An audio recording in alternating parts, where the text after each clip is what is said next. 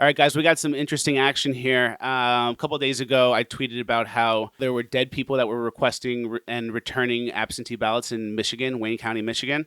And we got some fact checks since then, which is a little interesting. And then also the New York Times is going to write an article about this.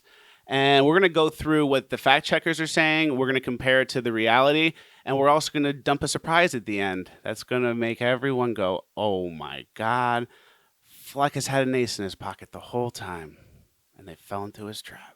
PolitiFact came out and said, no, a dead voter named William Bradley didn't vote in Detroit, which, by the way, isn't even really my claim. My claim was someone requested the absentee ballot for this dead man, William Bradley, whose year of birth was in 1902, and requested, filled out, and returned a ballot on behalf of that person. So this doesn't necessarily mean that this vote was counted. The state could have gotten it and thrown it out because they thought it doesn't make sense. That's what they've claimed.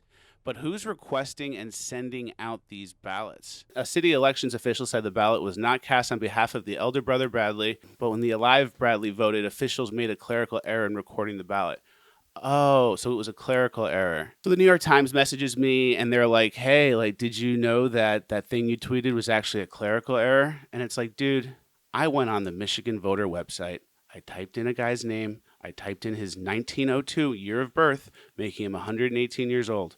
And the website from Michigan told me that that person requested, filled out, and returned a mail-in ballot. That's not my problem. Go figure that out with the website, people. Go get it cleared out. You think that was it? Does that solve the case? Because guess what, everybody? I have thousands of names.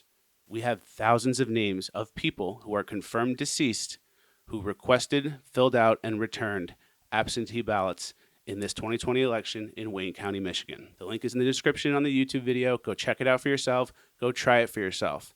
Maybe New York Times and PolitiFact is right. Maybe these are all people with the same name as other people and it was a clerical error. New York Times wants to write an article. Why don't you go talk to Michigan State voting whatever and have them clean their website up? Oh, they don't have to? Maybe the voting integrity is really good in Detroit. Did they all get rejected by the state? Like the fact checkers say, they gets rejected through the process? I hope so.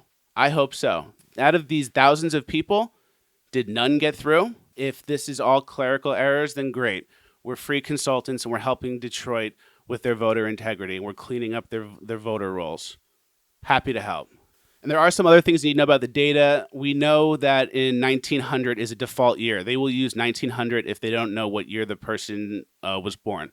So if there's a person that comes through and things smudged or it rips or they can't read it, they'll put 1900. So these aren't just a bunch of 1900s. These are people that are confirmed dead, cross-referenced with the Social Security Death Index. This isn't clerical errors on my end. Also with Snopes just said, although we haven't yet been able to definitely determine whether this content is accurate or authentic, we have observed that it has certain traits that are often indicative of misinformation.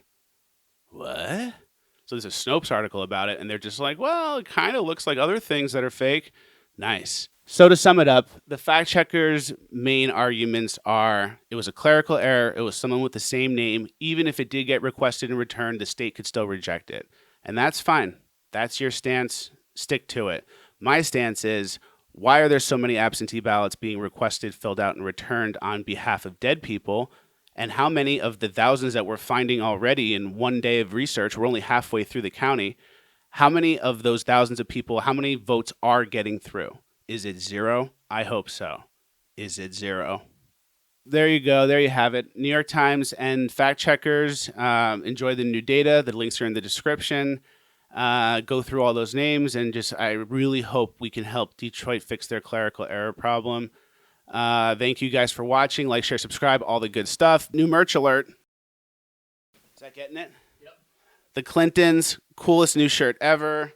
Go buy it. No, don't get mad, New York Times. At the end of the video, he tried to sell a Clinton shirt where they have guns. Oh, sorry, New York Times. I'm making you upset.